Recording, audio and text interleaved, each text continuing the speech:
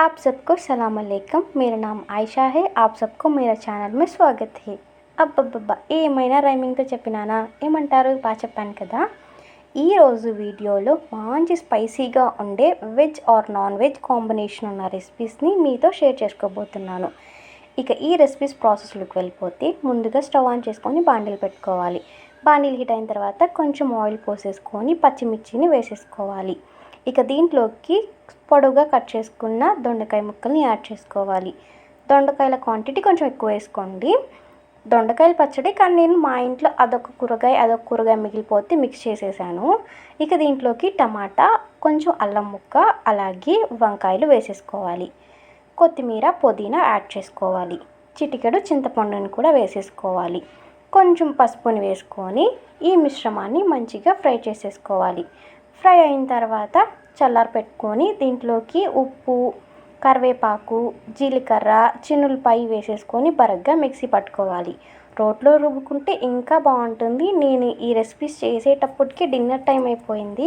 ఇక ఆకలికి ఇంకా లేట్ చేస్తే మా ఇంట్లో వాళ్ళు తంతారనేసి మిక్సీ పట్టేశాను.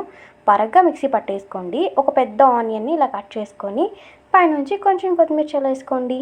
అంతే, స్పైసీగా వెజ్ పచ్చడి రెడీ. దీనికి మీరు ఏదైనా పేరు పెట్టుకోండి. నేనైతే ఆల్ మిక్స్డ్ పేరులాగా పెట్టేశాను. ఇక నాన్ వెజ్లోకి వెళ్ళిపోతే స్టవ్ ఆన్ చేసుకొని బాండిల్ పెట్టేసుకొని దాంట్లో ఆయిల్ వేసేసుకోవాలి. ఆనియన్స్, తిరగమాత గింజలు, అలాగే కరివేపాకు, పచ్చిమిర్చి, మన స్పైసెస్కి తగినట్టుగా ఉప్పు, పసుపు, కారం, గరం మసాలా, అలాగే దాల్చిన చెక్క పౌడర్, ధనియా పౌడర్, కొంచెం శనగపిండి వేసేసుకొని ఆనియన్స్ని గోల్డెన్ బ్రౌన్ కలర్ వచ్చేంత వరకు ఫ్రై చేసేసుకోవాలి. ఫ్రై అయిన తర్వాత దీంట్లోకి ముందుగానే బాయిల్ చేసుకున్న ఎగ్స్ని షిఫ్ట్ చేసేసుకొని ఎగ్స్ని కూడా ఒక 5 minutes మంచిగా ఫ్రై చేసేసుకోవాలి. ఫ్రై అయిన తర్వాత దీంట్లోకి పైనుంచి కొంచెం కారం, కొత్తిమీర చల్లేసుకుంటే మన నాన్ వెజ్ ఎగ్ ఫ్రై కూడా రెడీ. చాలా సింపుల్ ప్రాసెస్ కానీ చాలా బాగుంటుంది. ఈ కాంబినేషన్ కూడా ఎప్పుడైనా ట్రై చేయండి.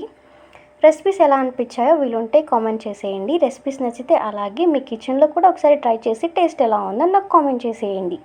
ఈ వీడియోకి ఇంతే. మరి ఇంకొక వీడియోతో మళ్ళీ మీ ముందుకు వస్తాను. అప్పటి వరకు టాటా బాయ్ మరి.